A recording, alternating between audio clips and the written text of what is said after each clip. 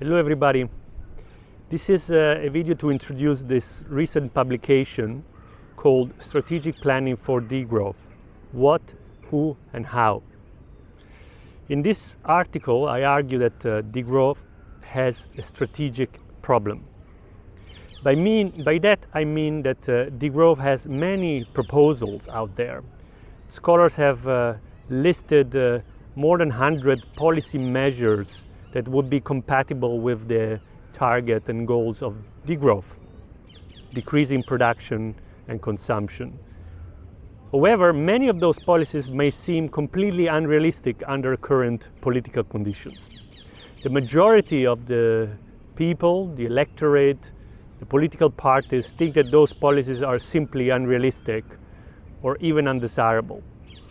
The strategic problem of degrowth is exactly one of creating the mass movement behind those measures, to create the critical political mass necessary to make those measures appealing to institutions and to the broad population.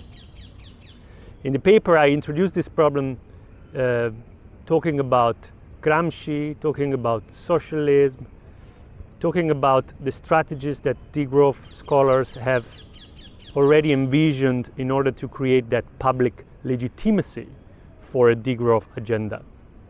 Basically, I argue that we need to define a strategy that makes degrowth a common sense, a counter-hegemonic agenda that can be seen as strong and relevant as the growth agenda that governs us today.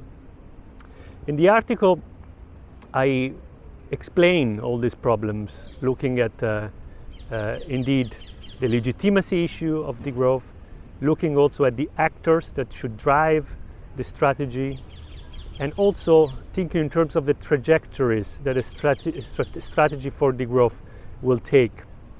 Obviously, the project is not so easy. The trajectories are not linear.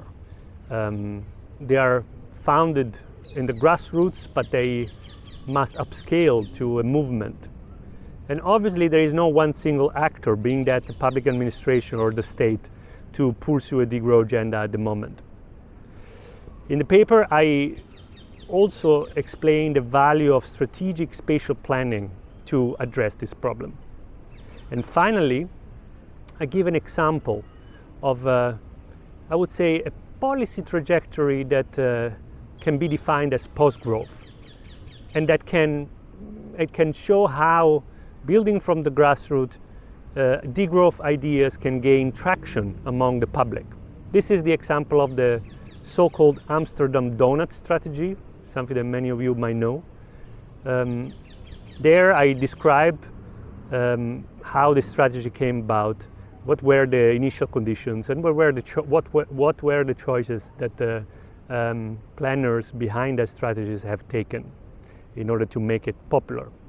I hope you liked the paper, and thank you for watching.